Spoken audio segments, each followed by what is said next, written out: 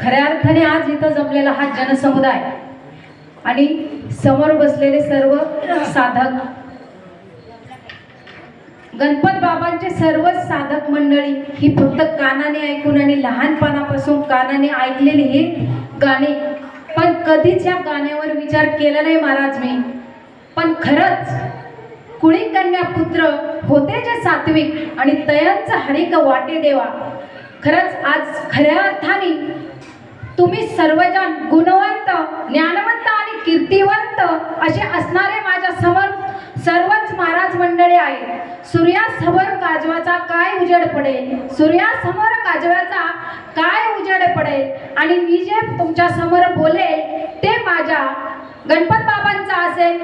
याच आशीर्वादाने मी तुमच्या पुढे बोलण्याचा प्रयत्न करेल. मी कुणी गायनकार नाहीये, प्रवचनकार नाही, पण खऱ्या अर्थाने माझ्या आई वडिलांची आणि सासू सासऱ्यांची पुण्याई उदयाला आली आणि सेवेके सांगितले काम, हे काम माझ्याकडे माझ्या सद्गुरूच्या माध्यमातून आलं आणि तेच मी जनतेसमोर तुम्हापर्यंत पोहोचवण्याचं कार्य करते. खऱ्या अर्थाने भोरवाडी गावामध्ये पारक पद हे सर्वप्रथम आलं ते आमच्या वडिलांचे. त्यांच्या मार्गदर्शनाने आपले गुरुजी दादा सर्वांचेच लाडके, खऱ्या अर्थाने दादा जोपर्यंत भोरवाडीमध्ये यायचे तोपर्यंत दादा म्हणजे फक्त वडिलांसारखेच दिसायचे, वडिलांसारखीच मला माया लावायचे. आणि खऱ्या अर्थाने आज ते आपल्यामधून निघून गेले, पण खरंच मरावे परे कीर्ती रूपी उरावे. आणि हा जमलेले जे आहेत ना, ही त्या माऊलींची कीर्ती आहे महाराज. वडिलांच्या घरी लहानपणापासून कानावर ऐकलेले शब्द आणि आज खऱ्या अर्थाने आयुष्यामध्ये आचरणात येतात. लहानपणापासून ही महाराज मंडळी भोरवाडीला गुरुपौर्णिमेनिमित्ताने यायची. सर्वच चेहरे माझ्या परिचयाचे आहेत, पण परिचयाचे परिचय देता येणार नाही, कारण हे फक्त चेहऱ्याने ओळख आहे, पण नाव कुणाचं मला माहीत नाही. पण खऱ्या अर्थाने सर्वांचं नाव एकदा घेऊ का? आमचे निजामबाई मामा असतील, लहानपणापासून मामा आले की मामांच्या मांडीवर बसायचं, खेळायचं. आणि आता 1-2 वर्षात कवडे भाऊंची ओळख झाली. असं तोंड ओळख, फक्त नाव सांगता येईल 4-2 जणांची, पण बाकीच्यांचे नाव माहीत नाही. आम्ही दादांचा मुलगा. खऱ्या अर्थाने महाराज रक्तात परमार्थ असायला लागतो. 4थ्या पिढीला उतरलेला हा परमार्थ. त्या दिवशी स्वरूप दादांचं मी पद ऐकलं. खरंच स्वरूप दादासाठी सर्वांनी एकदा टाळ्या झाल्या पाहिजे. त्याच पद्धतीने आपल्या अण्णांचा मुलगा अवधूत, त्याचंही कीर्तन, त्याचंही पद मी ऐकते.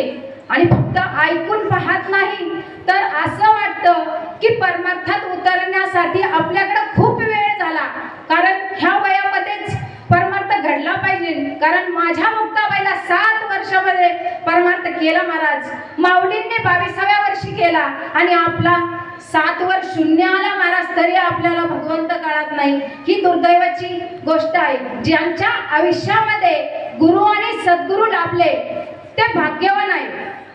आणि तुम्हा सर्व इथं बसलेले भाग्यवान आहे. आणि तुम्हा सर्वांचं सेवा करण्याची मला 2 मिनिटाची मामांनी संधी दिली, ते मी माझं परमभाग्य समजते. माझे वडील लहानपणापासून गायचे. असं वाटायचं काहीतरी गातात, पण ते कधीच मनाला रुजलं नाही. आणि सासरे तेही गायचे. माझे वडील काकासाहेब जासूर आणि सासरे मगाशीच आल्या काका म्हणाले की आपल्या या साधकामध्ये फक्त एकच फेटा राहिला, ते हरिमामा. त्यांची मी सुनबाई आहे आणि काकासाहेब यांची कन्या आहे. खऱ्या अर्थाने गर्वाने सांगेल महाराज, या गणपत बाबांची कृपा माझ्यावर थोडी का होईना असल, म्हणून मी आज कुठंतरी त्या भगवंताची सेवा करण्याकरता उभी राहते. नाहीतर हा परमार्थ एवढा सोपा नाही. कारण म्हणतात संतांनी ओवी टाकली, भक्ती नव्हे साधी भोळी, ही तर सुळावरची पोळी. मग आता ही सुळावरची पोळी मग अवघड कसा आहे आणि सोपंही कसं आहे?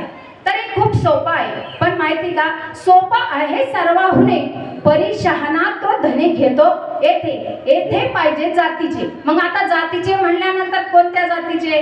नीच उच्च जातीचे का? तर नाही, तर जो आत जातो ना त्या जातीचे. आता शहाणा जर विचार केला तर जो शहानिशा करतो, त्या शहानिशा करून जे तत्व स्वीकारतो त्याला म्हणायचं शहाणा.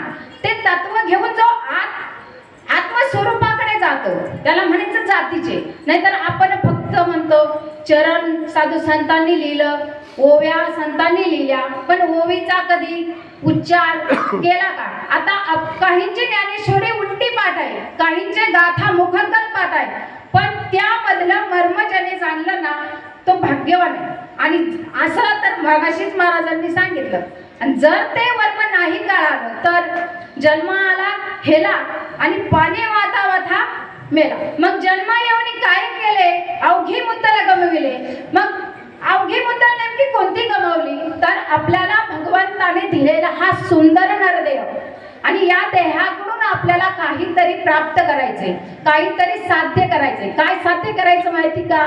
तो एक भगवंत, त्याची ओळख करून घ्यायची. मग तो भगवंत तरी आहे कुठं?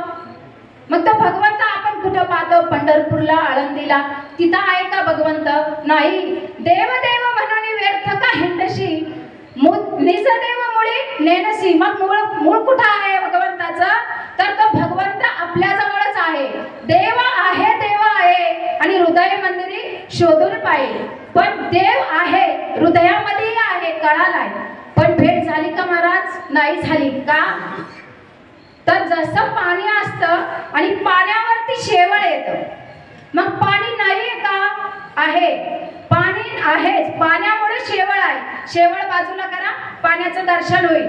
पण जोपर्यंत शेवळ बाजूला करत नाही तोपर्यंत पाण्याचं दर्शन होणार नाही. मग तसंच आपल्यामध्ये सुद्धा एक अज्ञान भरलेलं आहे, आणि ते अज्ञान बाजूला सारलं की ज्ञान म्हणजेच तो भगवंत आपल्या जवळ आहे. मग ते ज्ञान आपल्याला सहजासहज प्राप्त होतं का? नाही होत. मग ते कुणाकडे तरी जावं लागतं. पहा, आपल्याला प्रपंचामध्ये खूप काही गोष्टी शिकवून जातात. ज्वारी पेरायची आहे, काय करावं लागतं? दादा, जर नवीन माणसाला शेतकरी व्हायचं असेल तर ज्याने शेती केली त्याच्याकडे अनुभवरीत विचारायला जावं लागते की बाबा रे, आता ही ज्वारी पेरायची, मग कशी पेरू? तर सांगतं, बाबा रे, आऊत जो त्याला बाबार जो बैला आण, चाडाला, मग पेर. का? त्यांनी तो अनुभव घेतलेला आहे म्हणून. मग तसं परमार्थाची सुद्धा महाराज रीत आहे, आणि त्याच रीतीने जर आपण गेलो तर आपल्याला भगवंताची ओळख निश्चित होणार आहे. मग आता ती रीत आपल्याला कोणी सांगितली? सद्गुरूंनी. मग आता तुम्ही सर्वजण बसलेले आहात, जास्त मला अनुभव नाही.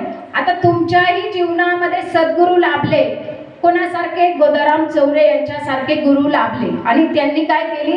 आत्मस्वरूपाची ओळख करून दिली. मग आता आत्मस्वरूप तुमच्या जवळ आहे तरी सुद्धा ओळख का करावं लागते माहिती का? कारण गुरु शिवाय ज्ञान माणसाला कळत नाही. आणि गुरुविना, कारण महाराज म्हणतात, गुरुविना कोण बदावे वाट, बडा बिकट यम घाट. यमाचा घाट खूप अवघड आहे, पण सोपा करायचा असेल ना तर गुरु सानिध्यात असलं पाहिजे. मग आता गुरुच्या सानिध्यात राहायचं म्हणजे काय करायचं? गुरुच्या संगतीत बोटाला धरून जायचं नाही. जे गुरूंनी आपल्याला चरण महावाक्य तत्व जे दिलेलं आहे त्या तत्वाला धरून राहायचं. म्हणजेच काय करायचं? त्या तत्वावरती आरूढ व्हायचं. आरूढ व्हायचं म्हणजे काय करायचं? की रोज ज्या देह दिलेला आहे, आणि ह्या देहामध्ये 21,600 वेळा जो येतोय जातोय, त्याचं त्या तत्वाने भजन करायचं. आणि किती श्वास आपले त्या भगवंताच्या तत्वाला धरून चालत असतील ना महाराज, ते समजून घ्यायचं आपण तेवढं त्याचं स्मरण करतो. नाहीतर जन्माला हेला आणि पाणी वाता वाता मेला, यात म्हणण्यासारखं दुसरं काही नाही. जर आपण एवढा मोठा गठुडं आपल्याला शिदोरी दिलेली आहे त्या भगवंताने, आणि ती शिदोरी जर का आपण खाल्ली नाही आणि आपण तृप्त जर झालो नाही तर काही उपयोग होणार नाही महाराज. मग किती वेळा जन्म यावे, किती वेळा नित्य व्हावे भजी, म्हणून या जीव भेला आणि शरण विठवासी गेला. म्हणून शरण एका विठ्ठलाला जा, आणि त्या विठ्ठलाची ओळख करायची असेल तर प्रत्येकाच्या जीवनामध्ये गुरु असावा लागतो, सद्गुरू असावे लागतात. आणि त्या सद्गुरूंनी जे वचन दिलंय त्या वचनाचं नामचिंतन केलं पाहिजे. पण कसं? आता जर खऱ्या अर्थाने सांगायचं जर झालं ना तर सध्याचं सर्वच साधकांचं माझ्या सहित असं चाललेलं आहे, 2 मिनिटं उभं राहायचं आणि इथं बोलायचं, हे खूप सोपं आहे. पण महाराज सांगा, तर तुम्ही मला सांगा, साधू संतांनी अभंग लिहिली, ज्ञानेश्वरी लिहिली, बाबांच्या कृपेने पारक पद लिहिलं गेलं, पण त्या पदाचा गाताना आपण स्वर लावून गातो, पण ते पद आपल्यामध्ये कितपत उतरलंय? आपण त्या पदाचा अनुभव सांगितलाय हे महत्वाचं आहे. कारण पारक पद हा शब्दच असा आहे. पा म्हणजे पारक, र म्हणजे कधीही न रद्द होणार आणि ध म्हणजे ध्रुवपद, मग ते पारक पद. मग आता या साधू संतांनी हे पारक हे शब्द पारखूनच का काढलं ते तत्व का बरं? तर सर्व संत एकांती बसलेले, निवडून काढले श्रीहरीचे नाम. मग आता ते एकांतात बसले म्हणजे कुठं बसले? सर्वांची मीटिंग भरली का असं झालं का? नाही. सर्व शास्त्र जवळ घेतले आणि या सर्व शास्त्रांचा मेळ करून त्यामध्ये अचूक त्या भगवंताचं नाम काढले आणि ते नाम जशाच्या तसा आपल्यापर्यंत आणण्याचं काम आपल्या सद्गुरूंनी गुरुपर्यंत आणलं आणि गुरुंनी आपल्या हृदयापर्यंत दिलं. आणि ज्यावेळेस गुरूंचं वचन आणि आपलं कान एक होतं ना, त्यावेळेस दोनाचे एक होते पहा. मग गुरूंचं वचन आणि शिष्याचं कान जेव्हा एक होईल तेव्हा ती वस्तू, मग ती वस्तू नेमकी कोणती? तर तो एक पांडुरंग परमात्मा. त्याची एकरूपता होते म्हणजे ती कुठं आहे? तर ती हृदयामध्ये आहे. मग आपण आता गुरु सद्गुरू कुठं फिरतो? बाहेर पाहतो. तर महाराज बाहेर नाही, नाम देव आणि गुरु सद्गुरू हे वेगळे नसून एकच आहे. म्हणून तर महाराज म्हणतात मज हृदय सद्गुरू जेणे तारीला हा संसार पुरू म्हणून विशेष अत्याधरू विवेकावरी. सद्गुरूंनी जे नाम दिलेलं आहे, माऊली म्हणतात माझ्या गुरुने मला जे तत्व दिलं त्या तत्वाचा मी अंगीकार केला आणि अंगीकार केल्यानंतर माझा जन्म मरणाचा संसार सुखाचा झाला. म्हणून मी काय केलं? विशेष प्रीती त्या भगवंतावर, माझ्या गुरूंच्या वचनावर विशेष अशी प्रीती माझी जडली.